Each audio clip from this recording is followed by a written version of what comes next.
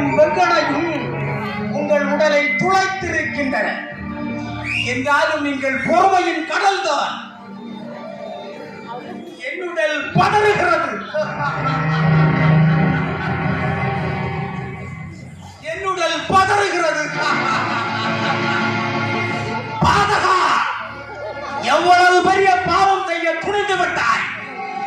நீயாடா மண்ணுயிரையும் தன்னுயிராய் நேசிப்பவன். அட துஷ்டா, இக்காட்டு மிருகங்கள் உனக்கு என்னடா துரோகம் செய்தன? உன் மனைவியை கொன்றதா, அல்லது உன் மகனை கடிக்க வந்ததா, அல்லது உன்னைத்தான் கடிக்க வந்ததா? இதில் என்ன குற்றமடா செய்தன என் மிருகங்கள்? ஐந்தறிவு படைத்த இம்மிருகங்கள், இவர்களுக்கு என்னடா அறிவிருக்கிறது?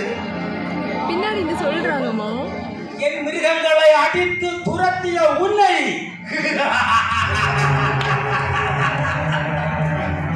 என்ன செய்ய போகிறேன் பார்.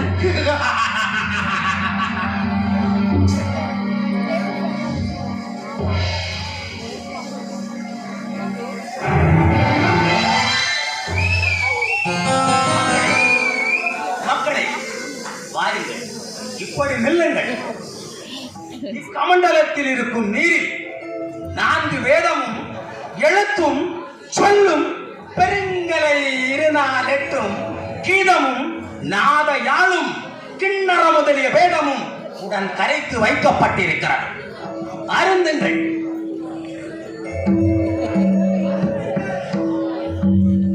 நன்றாக அருந்துங்கள். அந்த அப்பன் ஹரிச்சந்திரன், அந்த அப்பன் ஹரிச்சந்திரனை அடைந்து உங்கள் திறமையெல்லாம் நன்றாக காட்டி அந்த வெண்பற்ற குடையை வாங்கி வாருங்கள். மக்களே, நீங்கள் செய்யும் உபாயத்திற்கும் பாவம் ஒன்றுமில்லை.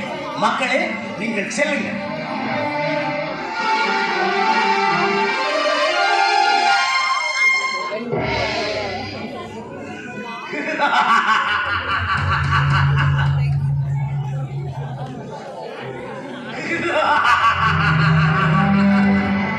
ஹரிச்சந்திரா, இப்போது என்ன செய்ய போகிறாய்?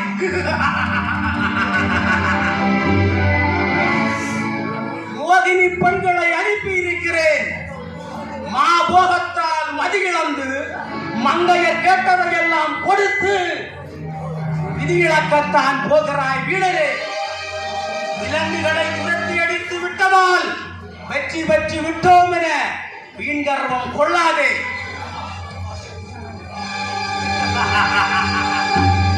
உன்னை மயக்க வரும் அந்த மோகினி பெண்களின் அழகை பார். கலையெல்லாம் ஒன்றாய் சேர்த்து விலை ஏறிய நவரத்தினங்களை எல்லாம் ஒன்றாக்கி சிலை என செய்த பருவ பெண்களடா இவர்கள். சிலை என செய்த பருவ பெண்கள். இவர்கள் சிரித்து விட்டால் போதும். இவர்கள் சிரித்து விட்டால் போதும். சீர்கடுவது நீ மட்டும் அல்ல, இந்த பார்ப்படைத்த பரமசிவரே பரிதவித்து விடுவான்.